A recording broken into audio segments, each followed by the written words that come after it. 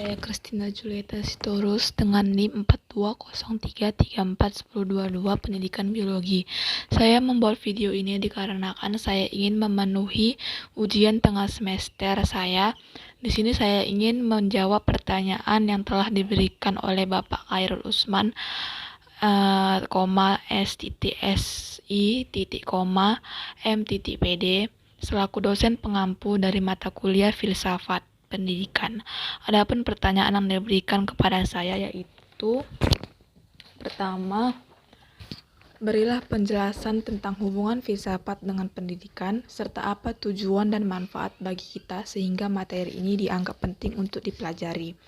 Dan yang kedua, dari berbagai aliran filsafat pendidikan, aliran yang mana menurut Anda yang sesuai dengan kurikulum yang berlaku di Indonesia saat ini? Jelaskan dan berikan alasan Anda. Yang ketiga, filsafat dapat dipergunakan untuk memecahkan masalah hidup dalam kehidupan manusia di mana pendidikan termasuk di dalamnya. Karena itu, pendidikan membutuhkan filsafat. Mengapa pendidikan membutuhkan filsafat? Yang keempat, yaitu jelaskan bagaimana pandangan filsafat Pancasila terhadap sistem pendidikan nasional. Oke, di sini saya akan menjawab pertanyaan dari nomor 1 terlebih dahulu. Yang pertama, filsafat dijadikan pandangan ingin hidup oleh suatu masyarakat atau bangsa merupakan asas dan pedoman yang melandasi semua aspek hidup dan kehidupan bangsa, termasuk aspek pendidikan. Filsafat pendidikan yang dikembangkan harus berdasarkan filsafat yang dianut oleh suatu bangsa. Sedangkan pendidikan merupakan suatu cara atau mekanisme dalam menanamkan dan mewariskan nilai-nilai filsafat itu sendiri. Hubungan antara filsafat dan filsafat pendidikan menjadi sangat penting sekali sebab ia menjadi dasar, arah, dan pedoman suatu sistem pendidikan. Brunner dan Burns dalam bukunya Problems in Education and Philosophy mengatakan secara tegas bahwa tujuan pendidikan adalah tujuan filsafat, yaitu untuk membimbing ke arah kebijaksanaan. Oleh karena itu, dapat dikatakan bahwa pendidikan adalah realisasi dari ide-ide filsafat. Filsafat memberi asas kepastian bagi peranan pendidikan sebagai wadah pembinaan manusia yang telah melahirkan ilmu pendidikan, lembaga pendidikan, aktivitas pendidikan. Dari uraian di atas, kita dapat menarik kesimpulan bahwa antara filsafat dan filsafat pendidikan terdapat suatu hubungan yang erat sekali dan tak terpisahkan. Filsafat pendidikan mempunyai peran yang sangat amat penting dalam sistem pendidikan karena filsafat merupakan pemberi arah dan pedoman dasar bagi usaha-usaha perbaikan, meningkatkan kemajuan, dan landasan kokoh bagi tegaknya sistem pendidikan. Yang kedua, aliran yang menurut saya, yang nomor 2 ya, aliran yang menurut saya sesuai dengan kurikulum yang berlaku di Indonesia saat ini adalah aliran konstruktivisme, di mana seperti yang kita ketahui bahwa di Indonesia kurikulum yang kita pakai adalah kurikulum 13. Sebelumnya kita harus mengetahui apa itu kurikulum 2013.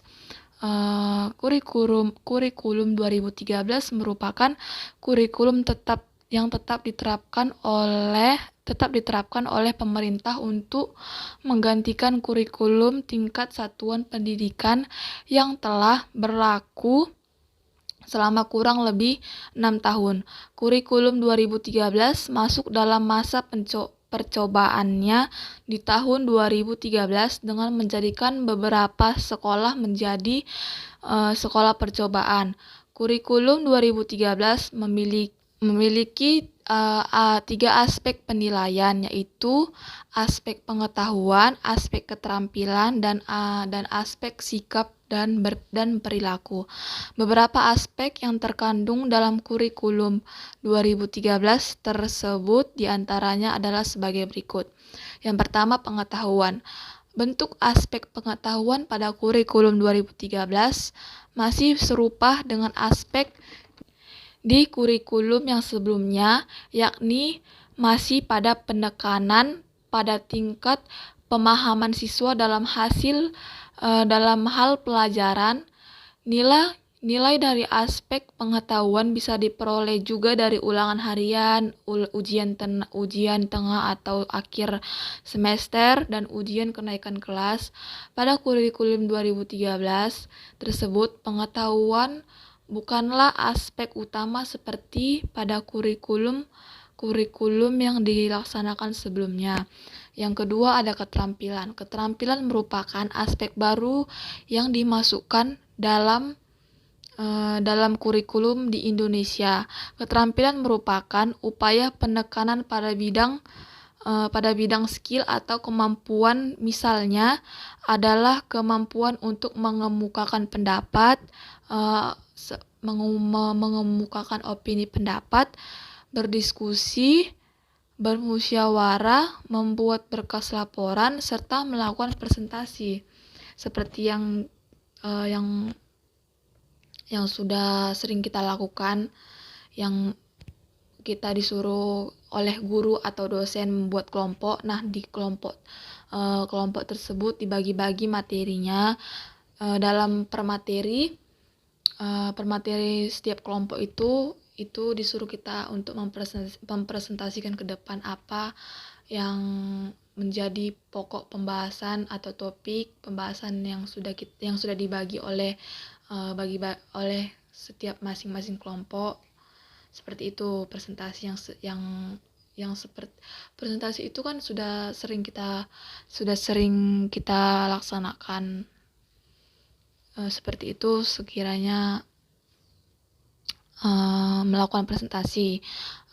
Lanjut, aspek keterampilan sendiri merupakan salah satu aspek yang cukup penting, karena jika hanya dengan pengetahuan saja, maka siswa tidak akan dapat menyalurkan pengetahuan yang dimiliki sehingga hanya menjadi teori semata. Yang ketiga, sikap. Aspek sikap tersebut merupakan aspek tersulit untuk dilakukan penilaian. Ya, jelas. Sikap meliputi perangai sopan santun, adab dalam belajar, sosial, absensi, dan agama. Kesulitan penilaian dalam aspek ini banyak disebabkan karena guru tidak setiap saat mampu mengawasi siswa-siswanya, sehingga penilaian yang dilakukan tidak begitu efektif. Aliran yang tepat untuk menjelaskan kurikulum 2013 adalah aliran konstruktivisme. Konstruktivisme menekankan perkembangan dan konsep dan pengertian yang lebih mendalam. Pengetahuan sebagai konstruksi aktif yang dibuat siswa. Jika seseorang tidak aktif membangun pengetahuannya, meskipun usianya tua, tetap tidak akan berkembang pengetahuannya. Penerapan pendidikan dengan pola konstruktivisme diwujudkan dengan mengajak siswa secara efektif atau secara aktif membangun konsep kognitif. Guru tidak sekedar memberi, namun siswa mencari secara aktif dan mengembangkannya. Berikut adalah ciri-ciri konstruktivisme dalam pembelajaran. Yang pertama, siswa aktif membina pengetahuan berasaskan pengalaman yang sudah ada. Yang kedua, siswa membina sendiri pengetahuan. Yang ketiga, proses pembinaan pengetahuan pada siswa melalui proses saling mempengaruhi antara pembelajaran yang terdahulu dengan pembelajaran yang terbaru. Yang keempat, membandingkan informasi baru dengan pemahaman yang sudah ada. Yang kelima, ketidakseimbangan merupakan faktor motivasi pembelajaran yang utama. Yang keenam, bahan pengajaran dikaitkan dengan pengalaman siswa untuk menarik minat belajarnya. Pembelajaran konstruktivisme sebaiknya melibatkan guru yang konstruktif pula. Guru tidak hanya memberi pengetahuan kepada siswa, tetapi guru membantu siswa membangun sendiri pengetahuan dalam benaknya. Dengan memberikan kesempatan siswa untuk menentukan atau menerapkan ide-ide mereka sendiri, guru memberikan kepada siswa untuk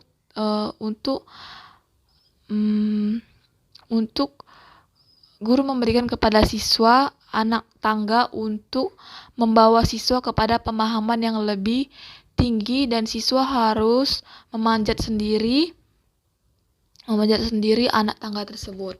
Berikut adalah guru yang konstruktivisme memiliki ciri-ciri, yaitu yang pertama, mendukung dan menerima inisiatif dan otonomi dari siswa tersebut. Yang kedua, mencari tahu tentang pengertian siswa akan konsep yang diberikan sebelum membagi pengertian mereka akan konsep tersebut. Yang ketiga, mendukung siswa untuk terlibat dalam dialog baik dengan guru atau sesama siswa. 4. Memberikan pertanyaan terbuka untuk mendorong siswa bertanya. Yang kelima, mencari perluasan dari tanggapan siswa. Yang keenam, mengajak siswa terlibat dalam pengalaman yang mungkin bertentangan dengan hipotesa awal mereka dan kemudian mendorongnya untuk berdiskusi. Selanjutnya, yang ketujuh, memberi waktu bagi siswa untuk membentuk hubungan dan menciptakan metafora atau perumpamaan. Yang ke-8, mengembangkan keinginan dari siswa dengan sering menggunakan model lingkaran belajar atau siklus belajar. Berikut adalah jawaban dari nomor 3. Pendidikan membutuhkan filsafat karena masalah-masalah pendidikan tidak hanya menyangkut pelaksanaan pendidikan yang dibatasi pengalaman, tetapi masalah-masalah yang lebih luas, lebih dalam, serta lebih kompleks, yang tidak dibatasi pengalaman maupun pendidikan dan tidak memungkinkan dapat dijangkau. Jawaban yang keempat, pandangan filsafat Pancasila terhadap sistem pendidikan nasional, yaitu sistem pendidikan nasional yang meningkatkan keimanan dan ketakwaan serta akhlak mulia dalam rangka mencerdaskan kehidupan bangsa yang diatur dengan undang-undang. Yang kedua, peningkatan angka partisipasi belajar anak usia sekolah pada semua jenjang sekolah. Yang ketiga, penambahan anggaran pendidikan oleh daerah sesuai dengan amanat pembukaan Undang-Undang Dasar 1945. Yang keempat, konsep manajemen pendidikan berbasis sekolah, standarisasi pendidikan.